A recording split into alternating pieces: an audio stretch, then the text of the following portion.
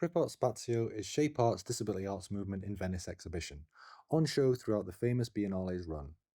Being set on the other side of Venice from the Arsenale and the Giardini, where the rest of the Biennale pavilions reside, is a mixed blessing. It's far quieter, giving the exhibition space and feeling altogether more accessible. But it also feels quite removed. We're first greeted by a deflated work by Jason Wilshire Mills, an inauspicious start which is brightened by the sight of Tony Heaton's iconic gold lame, a blinged out Invercar. Steel transmuted to gold, function to form, lame to lame. Tony quipped that it has done more miles as a sculpture than it ever did as a vehicle. The name of the exhibition is emblazoned on a huge protest banner, think Miners' Gala, as you enter, with the word Spazio coming to life in three-dimensional human-sized letters on casters. It's a bold opening. The in-your-face feel is ramped up by a comic book rendition of Barbara Zicki toting a rocket launcher. Heaton's Great Britain from a wheelchair, an old NHS issue wheelchair reconstructed into the shape of mainland Britain, hangs by the entrance. Its muted tones are somewhat overawed by the throbbing banner beside it.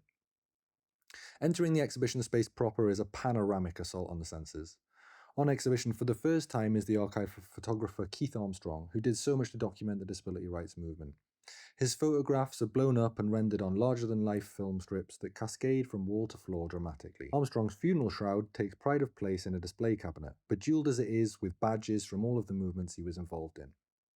Sitting up in the gods is a projected 4-channel video piece, which consists of interviews conducted by Shape's CEO and this exhibition's curator, David Heavey, and several of the exhibiting artists. To the left of the entrance is Jason Wilshire Mills' I Am Argonaut, a bisected man grinning inanely as he points with his skeleton forefinger at the gap in his chest where his heart should be.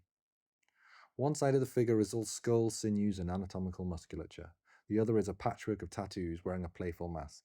It speaks perhaps to the body as a map of our personal struggles and how society makes disabled people feel incomplete. Adorning the back wall is a menagerie of 18 portraits of disability rights and arts movement legends, including our own Colin Hambrook, painted by Tanya Raab Weber. These feel comforting, like they've become part of the furniture of disability arts lore. Above the exhibition text is Heaton's neon crucifix constructed from the intersection of the phrase raspberry ripple. Simple, brash, abrasive, and a bit of an in-joke. As if staring out Wilshire Mills' I Am Argonaut, Terence Birch's all the more understated sculpture, Grotesque Torso, is a simple white thing, missing arms and legs and propped up by a wooden supports in the corner. It is at once fragile and defiant.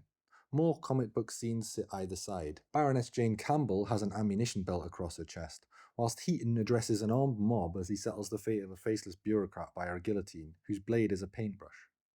Debs Williams brushes off a police officer in another panel.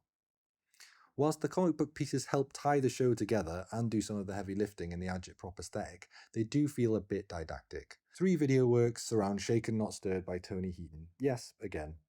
It's a monumental pyramid of red charity collection tins, which in its original incarnation Heaton infamously destroyed with a prosthetic leg during a block telethon protest. A second protest banner, funders' logos and all, sits behind, reading Damn in Venice in garish red and yellow. For the 3 video works by Jamisha Prescott, Abby Palmer and Keir Walwork, we step out of history and into the present. Abby Palmer Invents the Weather is a video work made in collaboration with her 2 cats during the COVID-19 lockdowns. Cooped up like her feline friends, Palmer recreates the outside world for their bemusement. It's at once playful and angst-ridden, reflecting on isolation and the climate crisis. Walwork's Merg is a masterclass in being simple yet effective. It follows a novella-like narrative of the trials and tribulations of a disabled benefit claimant. It takes the form of 3 letters, typed out as you read them on Job Centre Plus headed paper. Prescott's On Black Pain is an equally powerful poetic polemic, interweaving the stories of 3 disabled black people and their experiences of pain. It collapses the boundaries between the medical establishment and colonialism, confronting the forces of ableism and racism, head-on, eye to eye. These latter 2 works in particular remind us that the struggle for rights is not over, that disabled people must do battle again, and that the arts must play a part once more.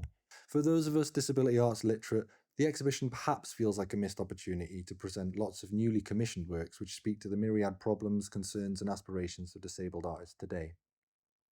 In the context of the national pavilions, this feels a bit out of step, and perhaps intentionally so.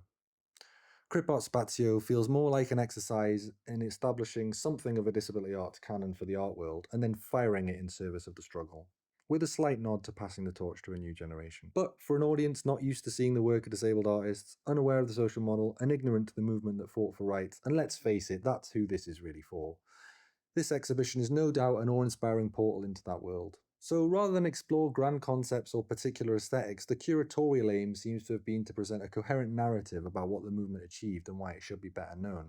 And it does this very well. Let's hope this is just the first of many Crip Art spaces at Venice. But let's celebrate its arrival at this grandest of stages all the same.